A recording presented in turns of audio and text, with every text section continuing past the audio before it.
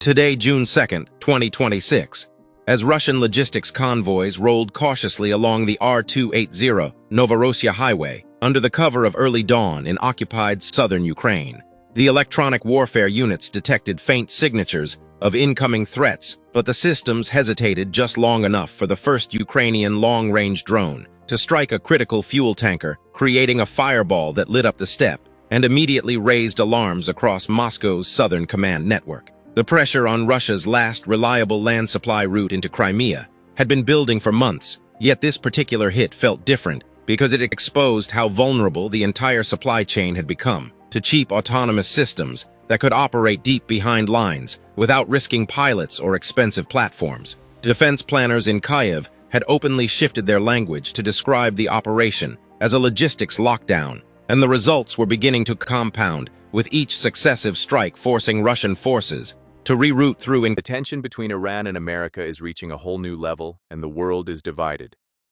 But the real question is, who do you stand with? America has official live voting open right now to see where the public support lies. If you love America and want to show your support, go to the description or the pinned comment right now. If you are using an Android, click the Android link, and if you are on an iPhone, click the iOS link. Just complete the quick 1-minute verification to make your vote count officially, and let's show the strength of America. Go vote now. Increasingly predictable corridors, where satellite imagery from commercial providers revealed clusters of supply trucks idling near vulnerable choke points. The strategic importance of this highway cannot be overstated, as it served as the primary artery feeding ammunition, fuel, and reinforcements into Crimea after repeated damage to the Kerch Bridge had limited its capacity to handle the full weight of sustained military operations, and Ukrainian forces, leveraging their expanding drone program, estimated at over $113 million in targeted investments, had systematically mapped out the route's weak points, including bridges, overpasses, and staging areas where electronic warfare coverage proved inconsistent. What made the situation even more dangerous was the way these strikes interconnected with broader Black Sea dynamics, where Russian naval assets found themselves stretched thin, trying to protect both maritime routes and land corridors simultaneously, while Ukrainian unmanned systems forces, including the specialized 412th Nemesis Brigade, deployed new long-range platforms capable of AI-assisted targeting that adapted in real time to jamming attempts. Military analysts tracking open-source satellite data noted how the Kerch Bridge, which once symbolized Moscow's firm hold on the peninsula, could no longer function as the sole dependable supply artery, especially after Ukrainian strikes demonstrated the ability to time attacks with weather patterns and Russian convoy schedules, creating windows where air defense systems appeared overloaded. This evolving reality forced commanders in Sevastopol to contemplate fuel rationing measures that directly impacted operational readiness for Black Sea Fleet assets and ground units positioned along the southern front, where supply trucks had suddenly become more strategically significant than main battle tanks, in an environment where drones could loiter for hours, waiting for the perfect moment to strike. And if you are finding value in this detailed daily breakdown, make sure to subscribe to the channel for more unfiltered geopolitical intelligence that mainstream outlets consistently overlook. The rise of Ukraine's drone capabilities represented a fundamental shift in modern warfare economics, because inexpensive autonomous systems were now challenging assumptions about territorial control that had guided military doctrine for decades, with each successful logistics interdiction raising the overall cost for Russia to maintain its positions in occupied territories and compelling Moscow to divert resources from other critical sectors. Commercial imagery showed increased activity around Russian repair crews attempting to reinforce highway sections near Melitopol, but these efforts themselves became targets, generating a cycle of strikes and counter-responses that drained manpower and equipment at an unsustainable. Ukrainian officials described the strategy as creating a widening drone zone across southern Ukraine, where electronic warfare challenges persisted. Yet innovations in AI-assisted navigation allowed many platforms to bypass traditional defenses and deliver precise impacts on fuel depots and ammunition caches hidden in civilian-adjacent areas. This pressure on the R-280 carried direct implications for energy markets, as disruptions to Russian supply lines in the south compounded existing strains from Ukrainian strikes on oil refineries inside Russia proper, where refining capacity had fallen noticeably leading to localized fuel shortages and export restrictions that rippled through global oil pricing mechanisms, particularly affecting European buyers still navigating post-sanction adjustments. The real danger lay in how these logistics vulnerabilities exposed deeper institutional fears within the Kremlin about the sustainability of prolonged operations, because private assessments suggested that maintaining Crimea as a fortress was becoming progressively more expensive with each drone that penetrated defenses, and the silence from certain Russian military spokesmen on these specific incidents only heightened suspicions among Western intelligence agencies monitoring the situation through open-source channels. Satellite observations confirmed repositioning of Russian air defense batteries closer to the highway, but this adjustment created new gaps elsewhere along the Black Sea coast, where NATO-aligned reconnaissance flights captured unusual patterns of Russian naval movements, attempting to compensate for land route weaknesses. What happened next worried defense officials in multiple capitals, because the integration of AI targeting in Ukrainian systems meant that even small adjustments in Russian convoy tactics could be anticipated and countered, generating a cat-and-mouse dynamic that favored the side with better real-time data processing. And the economic consequences extended far beyond the battlefield, as rising gasoline prices in occupied Crimea began affecting civilian morale and logistical planning alike, while Russian forces grappled with the need to prioritize certain supply deliveries over others, creating internal command tensions that leaked through various intelligence channels. The 412th Nemesis Brigade had become particularly effective at orchestrating these operations by combining long-range drone platforms with ground-based spotters who fed coordinates into autonomous systems capable of evading radar through low-altitude flight profiles. And the growing role of these units signaled a broader transformation in how smaller nations could challenge larger powers through asymmetric technological advantages. Yet the situation grew more complex when considering the interconnections with other global flashpoints, because disruptions in the Black Sea region influenced energy flows that affected European support for Ukraine, while simultaneously drawing Russian attention away from potential escalations elsewhere. And military planners in Washington and Brussels privately expressed concerns about the pace at which drone technology was proliferating, because battlefield-proven systems from this conflict were finding export markets in various regions, raising questions about future deterrence strategies. The timing of intensified Ukrainian strikes aligned with seasonal weather advantages that limited Russian aerial surveillance, creating opportunities for deeper penetrations.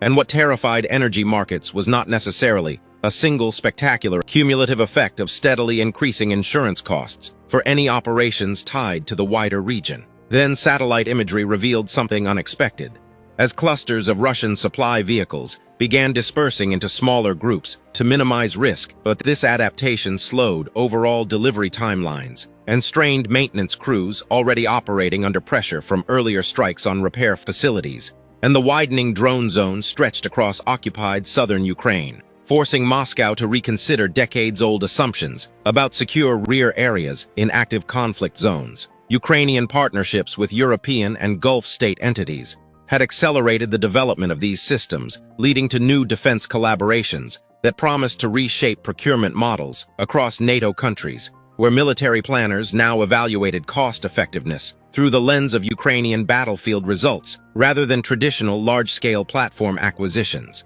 The struggle over these logistics routes highlighted how inexpensive drones could make strategic territory progressively more expensive to hold, altering calculations about the future of territorial conflicts worldwide. Russian forces responded with intensified electronic warfare deployments along the highway, attempting to create protective bubbles, but Ukrainian operators had adapted by incorporating redundant guidance systems that proved resilient, generating a technological arms race that consumed resources on both sides. And the economic fallout included falling Russian refining capacity that compounded fuel shortages, impacting not just military operations, but also civilian infrastructure in Crimea, where power generation and transportation networks faced mounting strains. What made the institutional psychology behind these developments particularly revealing was the way Moscow avoided direct public acknowledgement of the logistics pressure, instead framing incidents as isolated, while private communications intercepted through open-source monitoring suggested growing command pressure to find alternative supply methods that simply did not exist at the required scale. The emergence of autonomous strike systems, capable of operating deep behind Russian lines, introduced new tactical vulnerabilities because misidentification risks increased in congested airspace, and overloaded radar systems struggled to differentiate between civilian traffic and incoming threats, creating possibilities for accidental escalations that neither side desired but found increasingly difficult to prevent. And this dynamic interconnected with broader geopolitical tensions, where oil price fluctuations from Black Sea disruptions influenced global markets and affected Russia's ability to fund continued operations. Defense technology analysts tracking these events noted how the economics of modern warfare had shifted dramatically with each Ukrainian drone mission, costing fractions of the value of targeted Russian assets, forcing a re-evaluation of deterrence postures across multiple theaters, including potential flashpoints in the Indo-Pacific, where similar asymmetric approaches could be applied. If you are finding value in this detailed daily breakdown, make sure to subscribe to Oak Samu for continued exposure of the hidden mechanisms driving these global power shifts. Commercial shipping patterns in the Black Sea showed cautious rerouting as operators monitored the situation closely, while Russian naval units increased patrols in an attempt to project control, but the underlying pressure on land routes continued unabated, creating a multifaceted challenge for Moscow's strategists, who now balanced immediate tactical responses with longer-term sustainability concerns. The 412th Brigade's innovations in AI-assisted targeting had set precedents that other militaries studied carefully, because the ability to maintain persistent pressure on logistics without committing large conventional forces represented a paradigm shift with implications extending well beyond Ukraine's borders. Military movements near the highway revealed Russian attempts to establish mobile repair convoys, but these too became subject to drone surveillance and intermittent strikes, generating a constant state of alertness that fatigued personnel and equipment alike, while open-source intelligence reports highlighted contradictions between official Russian statements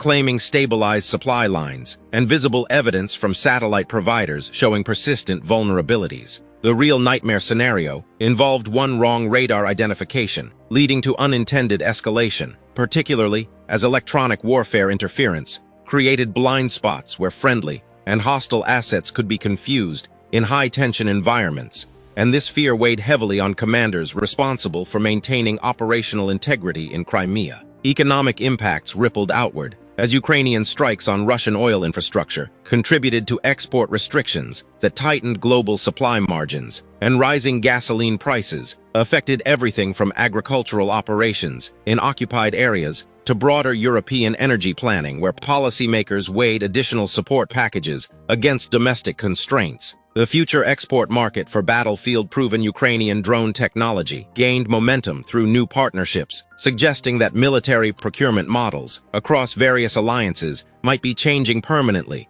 as nations sought cost-effective solutions, informed by real conflict data rather than theoretical exercises. That silence from certain Russian officials was not accidental, because acknowledging the full extent of the logistics lockdown would reveal deeper systemic challenges in sustaining prolonged engagements, and the situation remained interconnected with developments in other regions, where resource strains from one theater influenced decision-making in another, creating a complex web of strategic dependencies that governments navigated carefully. Satellite systems captured increased activity around potential alternative routes, but geographic realities and Ukrainian reach limited their viability, forcing reliance on the AR-280 despite its growing exposure. And this reality deepened military understanding of how modern conflicts hinge on sustainment rather than initial advances. The pressure continued mounting as Ukrainian forces refined their approaches, incorporating feedback from previous missions to optimize strike patterns against Russian electronic warfare countermeasures.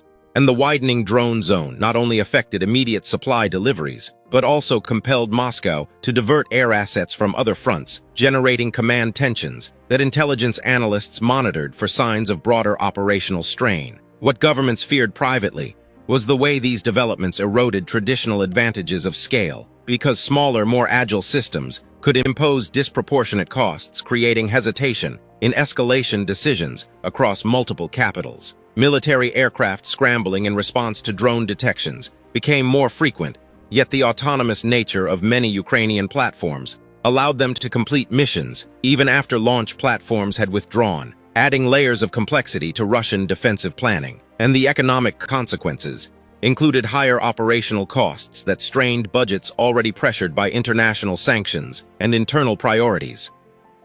The story unfolding along this highway represented more than a localized campaign because it challenged fundamental ideas about territorial control. In an era where persistent surveillance and precision strikes from affordable technology could reshape battlefields in unexpected ways, as Russian logistics planners worked to adapt through dispersion tactics and increased protection measures, the underlying vulnerabilities persisted, raising questions about long-term sustainability and the potential for these dynamics to influence negotiations or force posture adjustments in the broader conflict, while global observers tracked how such shifts might affect alliances and deterrence strategies worldwide. The integration of new drone models with enhanced range and resilience continued expanding Ukrainian operational reach, forcing continual re-evaluation of risk assessments by opposing forces. The situation remains fluid with developments drawn from open-source information that highlights the evolving nature of these challenges without clear resolution in sight, as both sides maneuver within constraints shaped by technology, economics, and strategic necessities that continue reshaping the landscape of